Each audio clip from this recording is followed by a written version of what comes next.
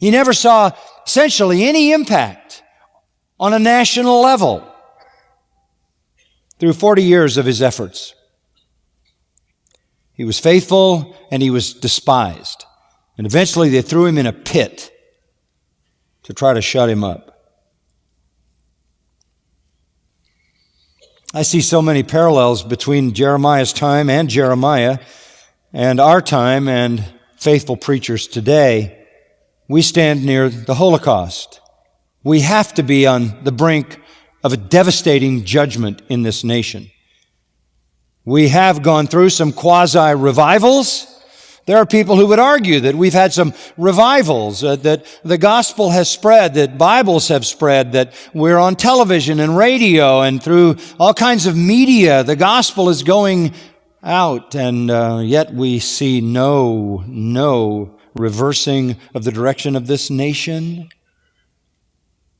We see no lasting results. The church seems superficial and shallow and consumed with self-fulfillment and self-gratification.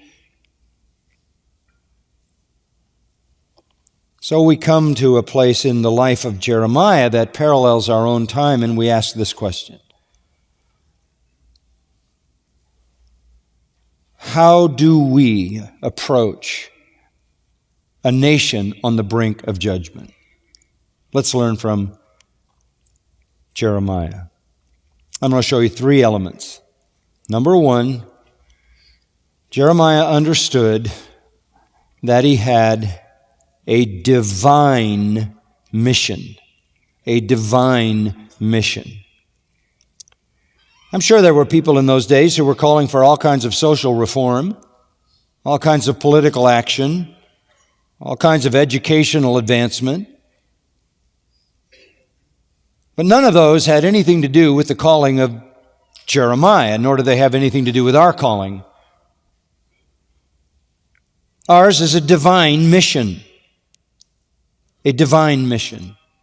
In other words, Jesus said, "My kingdom is not of this world." That becomes clear to us in the commission of Jeremiah. Let's go back to chapter 1. It's one of the most fascinating callings that any man of God has ever had.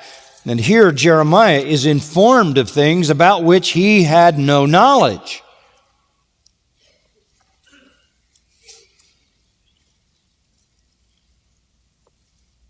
Verse 4, the word of the Lord came to me, he says. The word of the Lord came to me, saying, "Before I formed you in the womb, I knew you.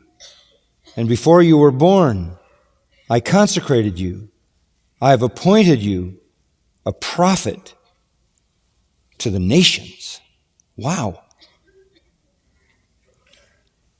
Here's the first thing to understand about a divine mission. Your life is predestined by God. Your life is predestined by God. Long before Jeremiah was ever conceived in the womb of his mother. Long before Hilkiah, his father, and his mother came together to bring him life. Long before that, sometime not only before the birth of Jeremiah, before the conception of Jeremiah, but probably before the foundation of the world, Jeremiah was chosen and appointed as a prophet, not only to Judah, but to the nations. His message extended beyond Judah, and it's still extending even today across the globe, wherever the prophet is read.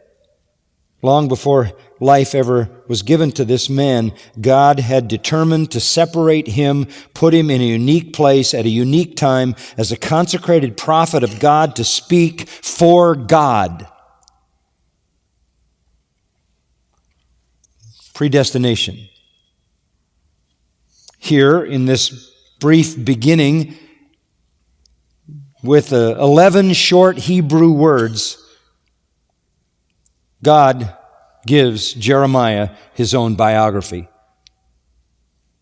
Beginning in eternity past, the timeless eons of eternity, right on through until there are no more nations left for him to preach, God sums up his calling as predestined.